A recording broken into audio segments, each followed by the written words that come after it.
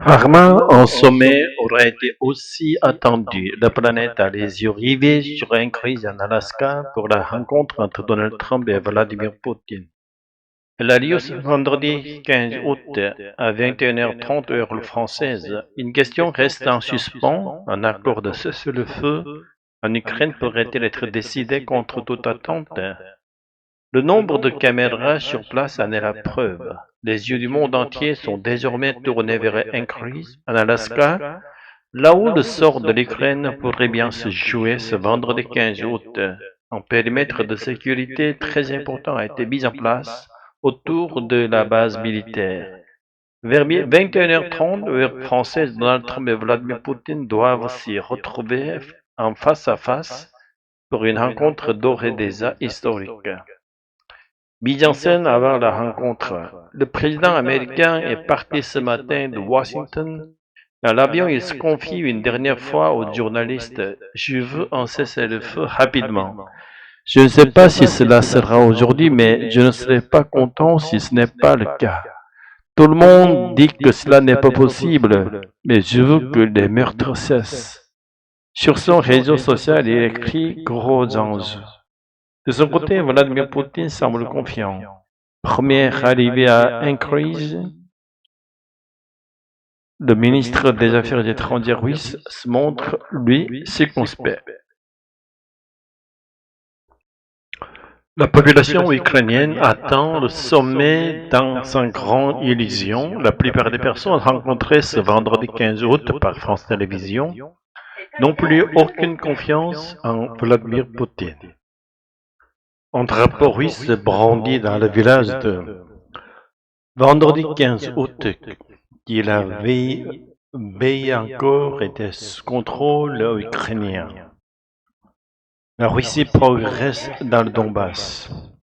Volodymyr Zelensky a annoncé l'envoi de renforts sur place quelques heures avant le sommet entre Donald Trump et Vladimir Poutine.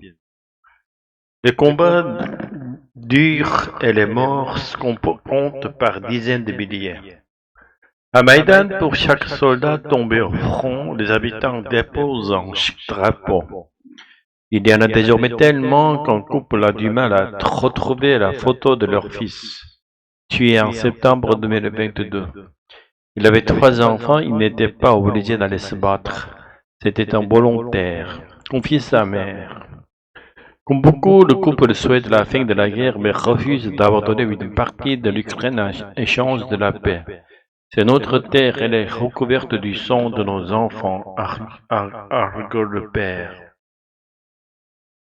Les Ukrainiens exigent des preuves et des conditions. En Ukraine, personne ne comprend pourquoi Volodymyr Zelensky n'a pas été invité en Alaska pour faire entendre leur voix. Des dizaines d'Ukrainiens se sont rassemblés dans la matinée devant l'ambassade américaine à Kiev.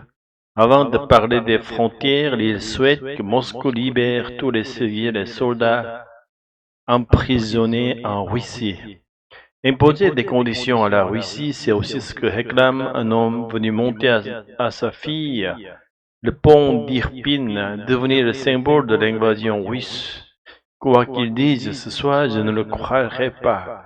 Il faut inverser le rapport de force, trouver des mécanismes pour qu'à l'avenir, ils n'osent plus nous attaquer, partage ce dernier. En Savoie, un homme de 24 ans a été tué après la chute d'un arbre sur sa voiture jeudi 14 août. D'importants dégâts ont été causés en Occitanie, où plus de 100 000 foyers ont été privés d'électricité.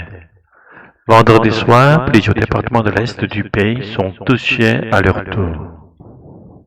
C'est le retour des Jeschilas. Dans la soirée du vendredi 15 août sur les routes du Doubs, dans l'est du pays, le ciel s'obscurcit et l'air se rafraîchit. À Haute-Saône, dans l'après-midi, il faisait 12 degrés à peine et de la grêle est tombée dans les jardins des maisons. La grêle a surpris aussi les vacanciers dans les Alpes ou les Vosges. Les orages sont aussi passés par l'Occitanie dans la nuit de jeudi à vendredi. Un décès en Savoie. Au Gros du Roi, les touristes ont eu de grosses frayeurs. avec des adultes et des enfants coincés dans un manège. Ils ont été balancés dans le vide pendant près d'une demi-heure à cause d'une panne d'électricité. La foudre a touché la ligne à haute tension. 130 000 foyers ont été plongés dans le noir. Les orages ont parfois tourné au drame. Jeudi soir, en Savoie, un automobiliste de 24 ans a perdu la vie, tué par la chute d'un arbre sur une route départementale. Les réactions indignées se multiplient après la découverte jeudi 14 août de l'arrachage d'un olivier planté en hommage à Ilan Halimi à Épinay-sur-Seine. Le jeune homme juif séquestré, torturé, tué en 2006, les autorités locales s'engagent à replanter dans les plus brefs délais un nouvel arbre commémoratif. 24 heures après la découverte de l'arbre tronçonné, les enquêteurs cherchent le moindre indice. Ce vendredi 15 août, peu avant, côte à côte, le préfet de Seine-Saint-Denis, le maire d'Épinay-sur-Seine et le grand rabbin de France se sont rassemblés pour dire non à la haine. Nous ne voulons pas qu'une part de nous soit déracinée parce que cet arbre manifeste quelque chose d'extraordinaire. Que ce jeune qui a été assassiné, on ne l'oubliera pas, a commenté Haïm Corsia, le grand rabbin de France. Un crime odieux s'indigne le maire de la ville. Jeudi, l'olivier planté en hommage à Ilan Halimi a été retrouvé sectionné. En 2006, le jeune Français de confession juive avait été enlevé, séquestré, puis, plus de 3 semaines, et torturé à mort par un groupe autoproclamé le Grand des barbares.